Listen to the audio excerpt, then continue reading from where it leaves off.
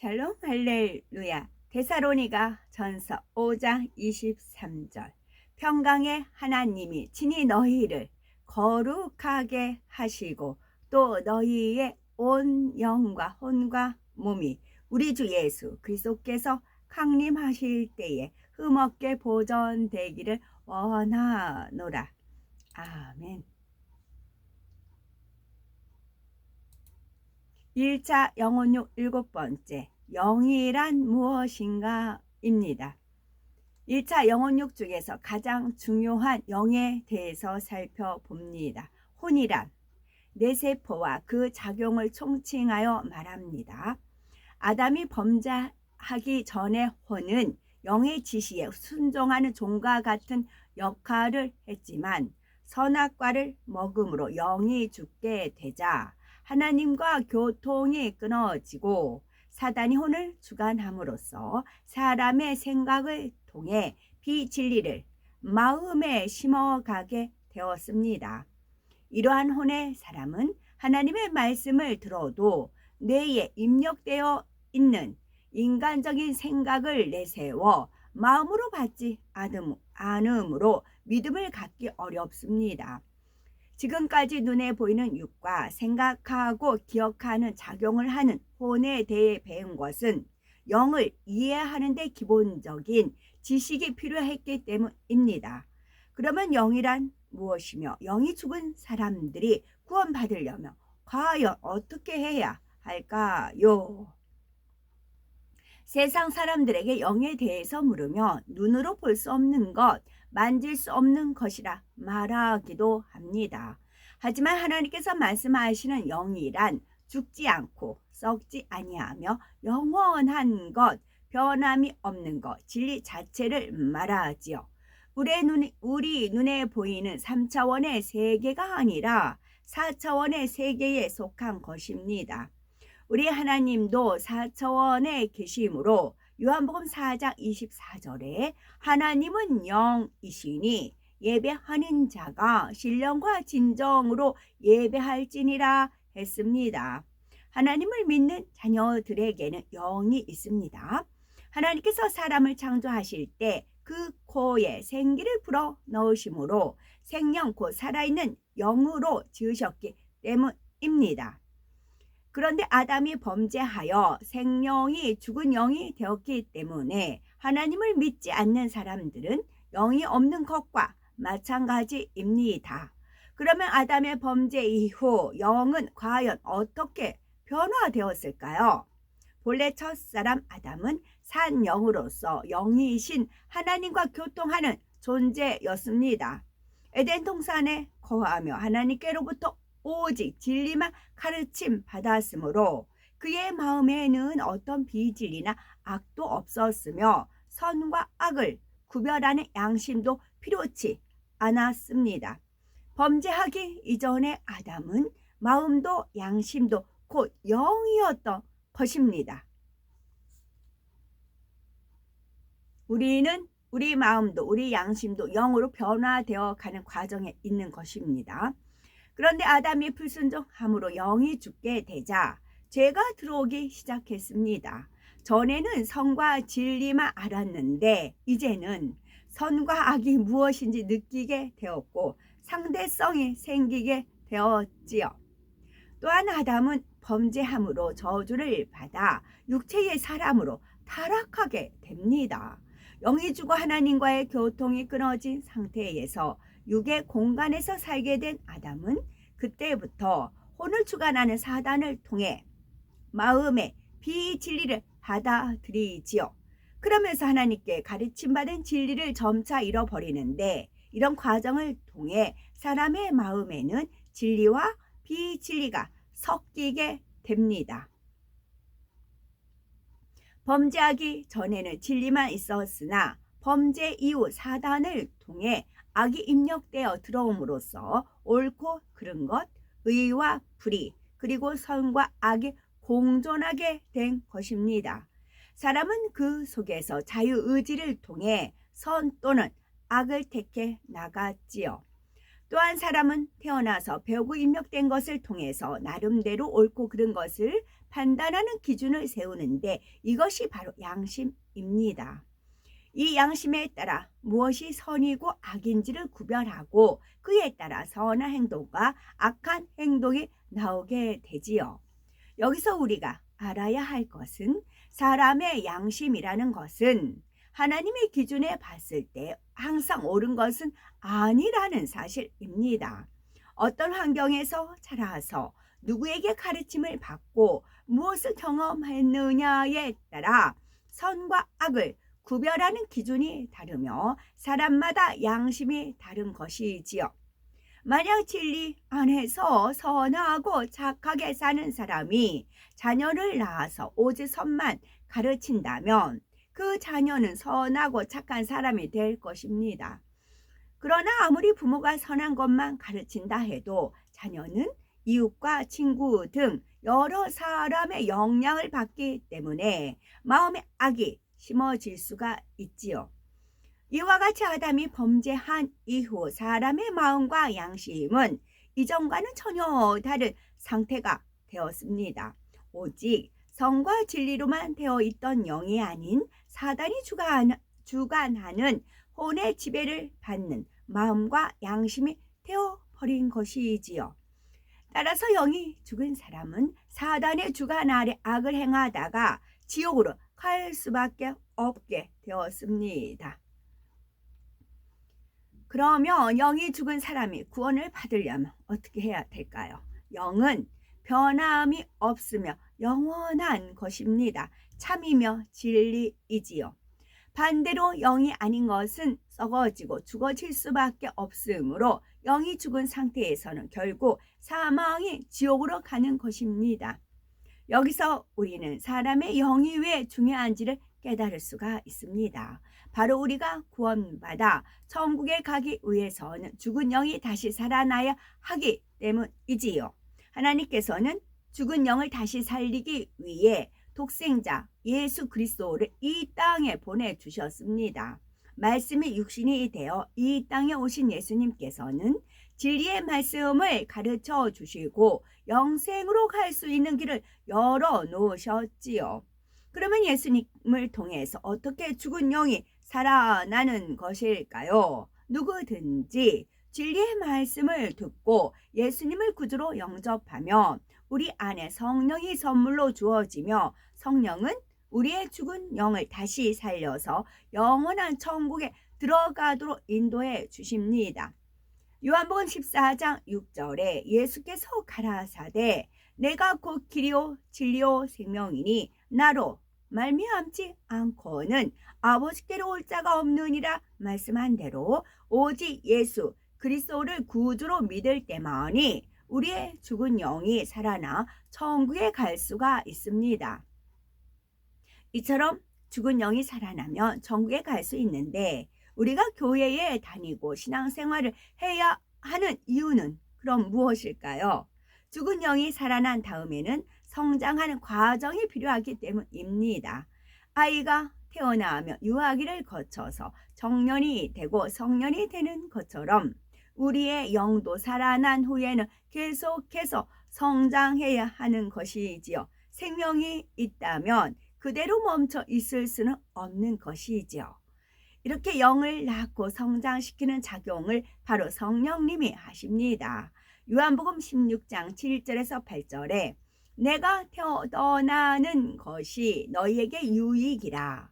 내가 떠나가지 아니하면 보혜사가 너희에게로 오시지 아니할 것이요. 가면 내가 그를 너희에게로 보내리니 그가 와서 죄에 대하여 의에 대하여 심판에 대하여 세상을 책망하시리라 말씀한 대로 우리 마음에 오신 성령님은 우리로 하여금 죄와 의와 심판에 대해서 깨닫게 하십니다.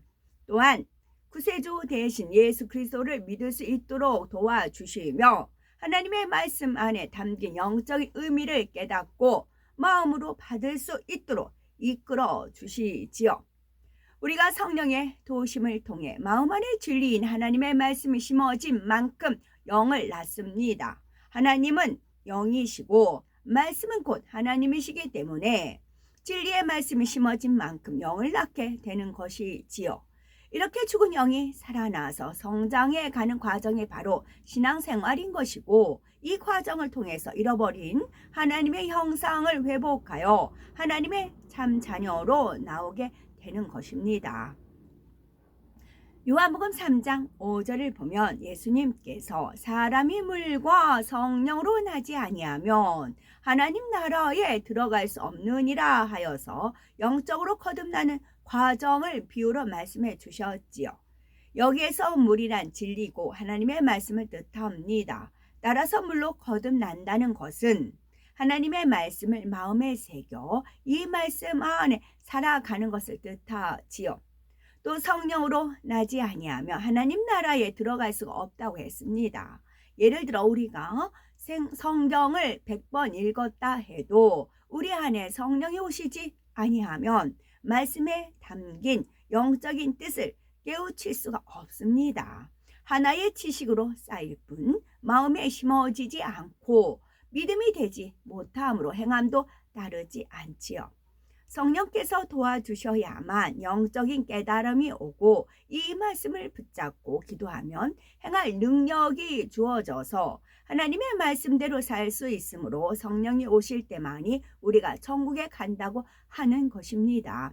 비유를 들어서 농구에 관한 책을 열심히 탐독만 한다고 해서 농구 선수가 되는 것이 아니죠. 실제로 훈련을 해야 합니다. 열심히 골대에 공을 넣어보고 코치의 도움도 받아서 고된 훈련과 연습을 통해서 몸에 습득이 될 때 비로소 농구 선수가 될 수 있지요. 신앙생활도 마찬가지입니다. 아무리 설교 말씀을 듣고 읽어도 성령의 도우심이 없을 때는 하나의 지식에 불과합니다. 마음에 믿어지지 않고 행함도 따르지 않는 것이지요. 오직 성령의 도우심을 통해서 진리의 말씀을 깨닫고 마음속에 의심 없이 믿어지는 참 믿음이 생겨납니다. 바로 그럴 때 행함이 따르는 것이요. 행하는 만큼 비진리인 육이 벗겨지고 영을 낳아서 점점 영의 사람으로 변화되는 것이지요. 영의 사람이란 온전히 진리의 말씀을 마음에 심고 행하여 마음이 옥토로 이루어진 사람을 말합니다. 즉 진리의 말씀을 듣고 마음 문을 열어 말씀을 마음에 심으면 진리와 반대되었던 것이 마음 안에서 뽑혀 나가지요. 돌밭에서 돌을 주워서 내버린 만큼, 가시떨기 밭에서 가시를 뽑아낸 만큼 옥토가 되는 것과 같습니다. 또한 밭에 잡초가 있으면 뽑아내고 흙을 잘 갈아서 고르게 다듬는 만큼 옥토가 되지요. 이렇게 진리로 온전히 심고 행하여서 마음의 옥토가 된 사람을 영의 사람이라고 합니다. 우리가 주님을 영접하고 성령의 도우심으로 진리의 말씀을 심고 행하는 만큼 진리에 위배된 것이 하나하나 뽑혀 나가지요. 혈기, 미움, 시기, 질투, 판단, 정죄, 거짓, 간사함, 병개함 등이 뽑혀 나가게 됩니다. 결국은 마음 안에 진리만 있을 때 영의 사람이 되었다 말할 수가 있지요. 그래서 우리가 온전히 영의 사람이 되려면 성경 66권 말씀이 그대로 마음 안에 임해서 이 말씀 안에 살아가야 하는 것입니다. 영의 사람이 된 상태에서는 양심도 진리로 바뀌고 마음 자체도 진리가 되었기 때문에 마음이 곧 영입니다. 아담이 범죄하기 이전이 마음이 곧 영이요 양심도 영인 상태와 같이 영에 속한 영혼육을 이루게 되는 것입니다. 우리가 천국에 가기 위해서는 죽은 영이 살아나서 성장해야 하는데 그 과정이 물과 성령으로 거듭나야 하는 것입니다. 하나님 말씀대로 살지 않으면서 말로만 나는 믿는다 하면 하나님 나라에 갈 수가 없답니다. 하나님의 말씀을 듣고 성령의 도우심을 받아서 진리의 말씀을 마음에 심어 행할 때만이 마음에 믿어지는 믿음이 생기고 영으로 변화되어 영원한 천국에 들어가는 것이지요. 요한복음 3장 6절에 육으로 난 것은 육이요 성령으로 난 것은 영이니 말씀하셨으니 날마다 성령의 도우심과 능력을 힘입어 성령으로 영을 낳으심으로 온전한 영의 사람으로 심속히 나와야 되겠지요. 아멘. 한 3주 정도 되었고요. 이제 기도 중에 제가 이렇게 이제 찬양과 더불어 이렇게 기도 향을 이렇게 올릴 때 보면 손을 이렇게 하면서 이렇게 하나님 앞에 올려 드리는 게 있어요. 그럼 제 손 안에 이렇게 영이 동그랗거든요. 영이 동그란 영을 제가 하나님 앞에 올립니다. 하나님 제 영입니다. 제 영을 올려드립니다. 받으소서 하면서 이제 신령과 진정을 예배 드리니까 그렇게 온 마음을 해서 영을 이렇게 띄워서 하나님 앞에 올려드려요. 근데 그 안에는 이제 아픔이 있었어요. 그 진리와 싸우는 이제 그런 이제 중복 기도에서 그런 아픔이 있어서 그 아픔을 이겨내고 나서 영이 또 하나 영이 만들어진 겁니다. 그것은 그랬을 때 이제 그러면서 한순간에 하나님께서 제 손에 영을 보여주신 거예요. 이제 뽀얀 그 영을 이렇게 올렸어요. 그랬더니 하나님께서 이제 응답을 주시죠. 그러면서 이 영이 무엇이드냐 그러세요. 그래서 무엇이드냐 이제 물어보셔서 제가 이 영을 어떻게 만드는 과정을 이제 순간에 떠올려 주신 겁니다. 그것은 조개가 이물질이 들어가면 자기 살을 깎고 해가지고 진주를 만들잖아요. 그러면 어떤 상대의 비진리를 제가 이제 접하고 그것이 너무 아파서 이 사람의 진리로 변화되기를 원하는데 비진리에 거하니까 이걸 진리로 바꿔주기 위해서 중복기도를 이제 막 하지요. 눈물로 기도로 그러잖아요. 그래서 이제 영이 만들어진 걸 올려드리는 겁니다. 그래서 이것은 이제 하나님께서 그렇게 물어보시고 눈물이네요. 이제 그랬어요. 제가 눈물로 이렇게 만드는 영이네요. 그랬어요. 그래서 이제 영이 이제 진주. 그러니까 우리가 하나님 말씀대로 살려고 하면 그만큼 내 자신을 버리고 막 그러다 보면 눈물도 나오고 애통도 나오고 궁율의 마음도 나오고 여러 가지가 나오죠. 의를 위해서 핍박을 받기도 하고 그래요. 그러면서 하나님 앞에 울부짖는 그런 기도를 하게 되고 그럼 눈물로써 우리가 영을 만드는 겁니다. 진주를 만들듯이 이제 그래서 이게 눈물이네요. 이제 그랬어요. 이게 영이 그냥 만들어진 게 아니고 성령을 통해서 영을 낳아가잖아요. 그러면 그냥 만들어진 게 아니고 눈물과 기도와 여러 가지 그런 걸로 해서 이제 영을 만들어서 올려드리는 겁니다. 그랬더니 아버지가 이제 영은 이제 뽀얀어거든요. 그랬더니 아버지가 그럼 이제 영이 하얘니까 내가 여기다가 뭐 하나를 첨가하면서 뚝 하나를 떨어뜨렸어요. 그랬더니 이게 핑크로 바뀌더라고요. 이게 핑크로 바뀌더라고요. 핑크 보석은 옥수거든요. 옥수는 희생적인 마음이에요. 그러면 수가 이제 물이 말씀이잖아요. 옥은 구스록, 또 옥토밭에서 말씀이 익어서 나온 게 또 옥수예요. 옥수는 누명을 쓰면서도 희생을 하면서도 하나님 앞에 사랑을 올리는 그런 옥수 핑크빛 보석이거든요.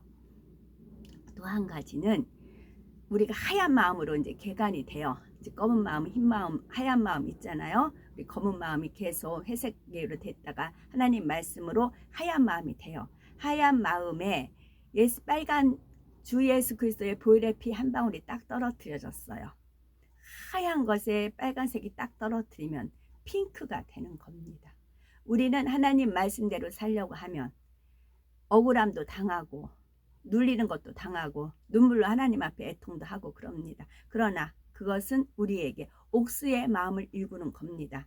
하나님 보시기 아름다운 그런 영화로운 그런 핑크빛 보석으로 만들어지고 또 누구는 뭐 녹보석, 홍보석, 그런 황옥 그런 마음으로 만들어지는 것이지요. 우리가 이 땅에서 보석의 마음을 이루었을 때 그 보석이 천국에 가면 집으로 형성이 되는 것입니다. 그래서 열심히 죄를 싸워버리고 악은 모양으로 버려나가시면 하나님께서 언제 어떻게 응답 주실지 모르고 축복 주실지 몰라요. 오로지 하나님 말씀만이 참이고 진리입니다. 그래서 우리는 이 세상을 넉넉히 이기고 승리한 우리가 되셔야 되겠습니다. 아멘.